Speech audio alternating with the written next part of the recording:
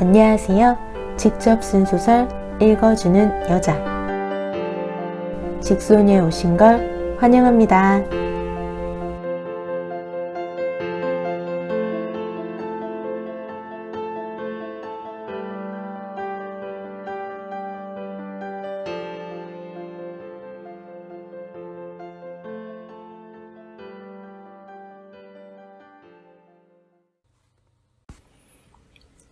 네, 안녕하세요. 오늘은 조금 특별한 시간이 될 것 같아요. 그동안 순수하게 예술 작품과 관련된 이야기를 여러분께 들려드렸었던 것 같은데요.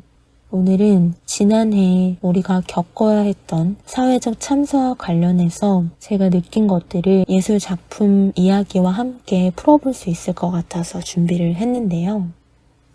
더 임파서블이라는 제목의 영화인데요.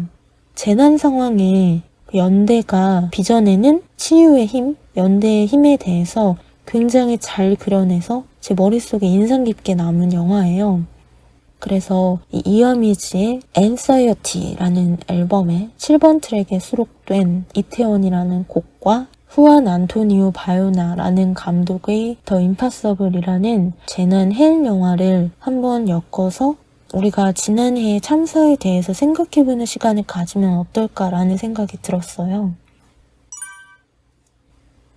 이 영화는 국내에서는 2013년도 1월에 개봉을 했는데요. 나오미 와츠와 이완 맥그리거라는 얼굴이 굉장히 익숙한 그런 배우들이 나오는 영화입니다.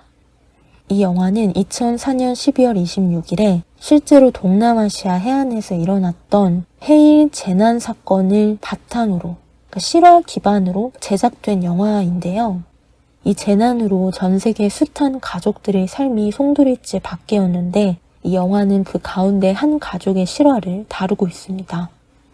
작년 10월 29일에 일어났던 이태원 참사와 연계해서 우리가 복원해야 할 연대의 이미지와 그 힘, 필요성이 무엇인지를 이 영화를 보면서 좀 곱씹고 우리도 위안을 받을 수 있지 않을까? 그런 생각이 들어서 소개를 해드려야겠다라는 생각을 했어요. 부부 그리고 남자아이 셋이 자식으로 나와요. 동남아 해안으로 여름 휴가를 온 거죠. 그렇게 즐거운 시간을 보내고 있는데 갑자기 해일이 이 리조트에 있는 모든 가족을 덮치게 됩니다. 그렇게 가족은 헤어지게 되는데 5명이 전부 다 뿔뿔이 흩어진 것은 아니고 첫째 아들 루카스와 엄마 역할로 나오는 나오미 와츠가 물살에 막 휩쓸리다가 서로 부둥켜 안으면서 이렇게 함께 모이게 돼요. 그 와중에 어떤 아이가 아빠 아빠 이렇게 막 부르면서 울고 있는 거예요. 그래서 엄마가 이 아이를 우리 구하고 좀 안전한 데로 이동하자라고 하니까 첫째 아들인 루카스가 지금 우리가 더 급한데 무슨 소리냐라고 하죠. 근데 엄마가 그때 설득을 해요. 만약에 저 아이가 너의 잃어버린 두 동생이라면 어떻겠니? 라고 얘기를 해서 설득을 해서 데니얼이라는 아이와 함께 셋이서 나무 위로 피신을 하게 됩니다. 그런 뒤 세 사람은 마을 사람들로부터 구조가 되는데요. 이때 마을의 할머니들이 자신들의 옷을 가지고 가서 부상으로 움직이지 못하는 엄마에게 옷을 입혀줘요. 이 장면이 굉장히 인상적입니다. 왜냐면 엄마인 나오미 와츠 또한 세 아들의 엄마잖아요. 근데 여기서는 보호받아야 할 존재로 변해 있는 거예요. 그 상위 존재인 엄마들에게 둘러싸여서 즉 할머니들의 도움으로 옷을 입죠. 그러면 나머지 세 사람, 즉 아빠와 두 아들은 어디에 있을까? 두 사람의 이야기가 어느 정도 흘러가고 나서 아빠인 이완 맥그리거, 극중 이름은 헨리인데요. 헨리가 등장을 합니다. 벌써 여기까지 두 개의 연대의 상황이 나왔잖아요. 하나는 두 사람의 몸도 안전도 검사하기 힘든 상황에서 어린 아기를 구했다는 거죠. 그리고 두 번째는 그 엄마와 첫째 아들과 데니얼이라는 세 사람을 마을 사람들이 구조하고 헌 옷을 입혀줬다는 거예요. 그리고 세 번째 연대가 나오는데요. 부상자를 모아놓은 병원에 엄마와 이제 첫째 아들이 이동을 하게 돼요. 첫째 아들은 부상 정도가 심하지 않아요. 근데 엄마는 부상이 좀 심해서 아무것도 못하고 누워있는데 엄마가 얘기를 해요. 여기 사람들 다 무척 바빠 보인다. 네가 할 수 있는 일이 뭐가 있지 않겠니? 라고. 그래서 첫째 아들이 정확한 임무는 없죠. 그렇지만 일어나서 여기저기 돌아다녀요. 근데 신기하게 사람들이 다 아파서 누워있는 상황이잖아요. 근데 아이가 돌아다니니까 그 누워있는 사람들이 혹시 땡땡땡땡 봤어요? 나는 누구누구예요. 라고 이름을 얘기를 해줘요. 그러니까 자기 가족을 찾고 싶다는 거죠. 그래서 첫째 아들 루카스가 곳곳을 돌아다닙니다. 그러면서 소리쳐서 그 이름을 부르죠. 땡땡땡땡 씨 계세요? 뭐 이런 식으로 그렇게 가족들을 찾아주게 돼요. 그러니까 이 장면이 이제 와서 보면 시사하는 바가 있죠. 이태원 참사에서는 유가족들이 서로 연대하기가 상당히 힘들었잖아요. 그러니까 자연스럽게 연대의 장소와 그리고 연대할 수 있는 그 사람들의 목록이 서로 빠르게 공유됐었어야 했음에도 유족들이 울부짖고 거듭 간청하고 그런 뒤에야 겨우 이루어졌어요. 근데 그것도 정부가 마련해 준 게 아니라 그냥 민간의 힘으로 사실은 이뤄낸 거죠. 그래서 이 영화를 이번에 소개하기 위해서 다시 보는데 이름이 공유되고 나눠지고 연대하는 것이 너무도 중요한 이런 재난 상황에서 그런 것들이 감춰지고 엄폐되고 심지어 나는 좀 공유돼도 상관없다라는 적극적인 의사를 밝히는 것조차 뭔가 반드시 돼야 됐었던 그런 상황이 정말 안타깝고 부당하게 느껴졌던 것 같아요.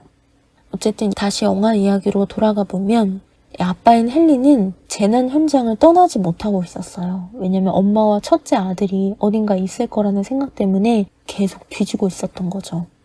그러니까 정리를 하면 엄마와 첫째 아들이 함께 있는 거고 아빠와 나머지 두 아들이 재난 현장에 함께 있는 두 그룹으로 나뉘어서 있는 상황이구나라는 것을 영화가 알려주게 되죠.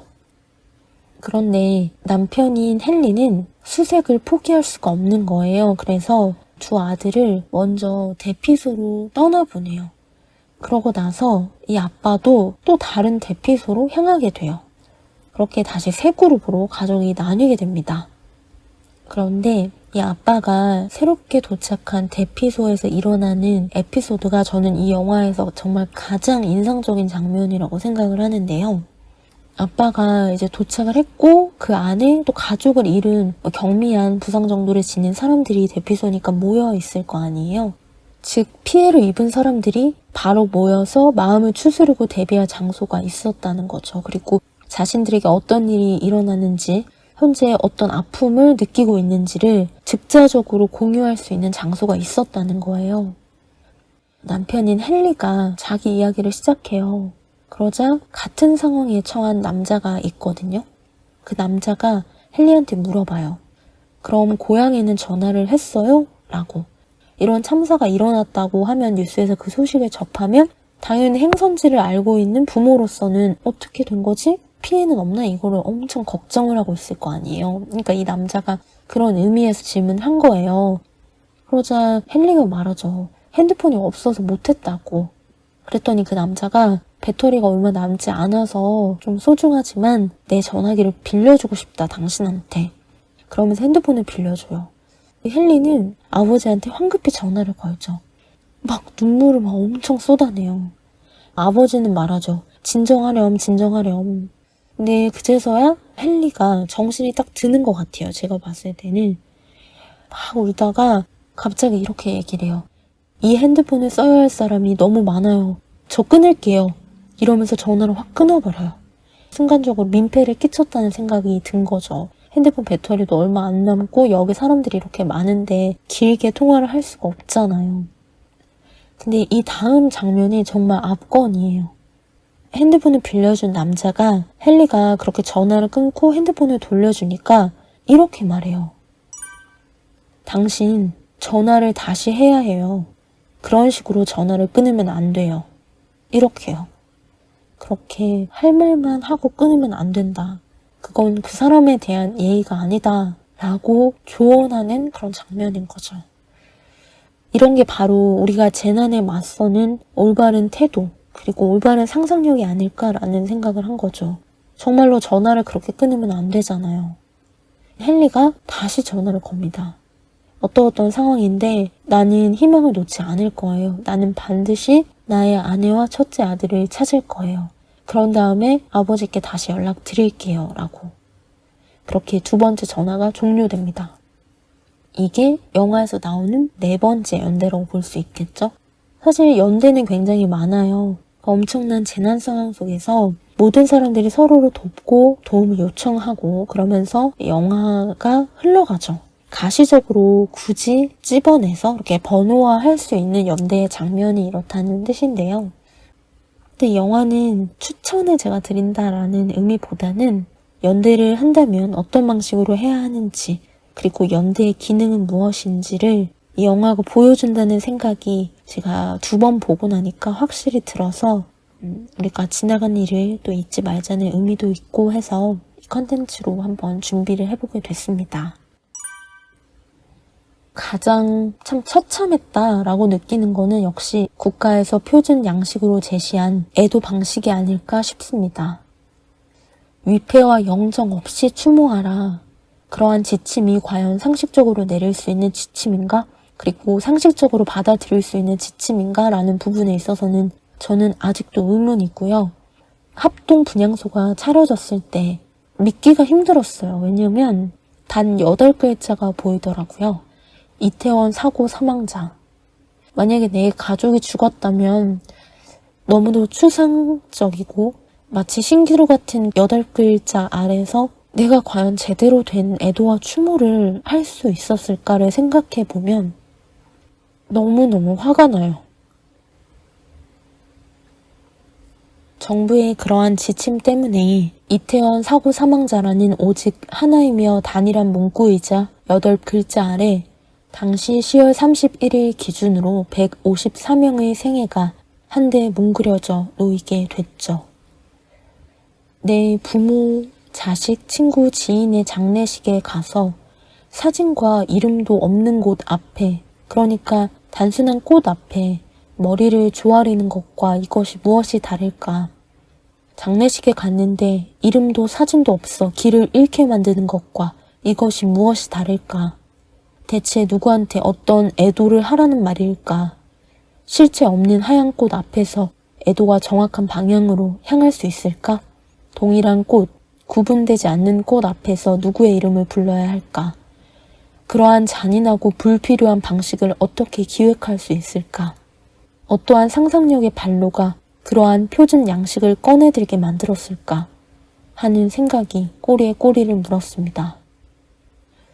유족들은 그렇게 나의 소중한 인연들의 생이라는 이름과 얼굴이 지어진 것도 모자라서 나중에는 검은 리본에 쓰이는 근조라는 따뜻한 사회적 위로조차 받을 수 없게 됐죠. 진솔하게 다가가고 앞으로 이런 일이 반복되지 않도록 관리하겠다는 그 약속, 그 사과와 책임을 지고 물러나는 일 같은 것들은 요식행위가 아닙니다. 국가가 앞으로 이런 일이 다시는 없게 관리하겠다라는 인식의 엄중함을 표하는 일이죠. 앞으로의 태도를 반영하는 거예요.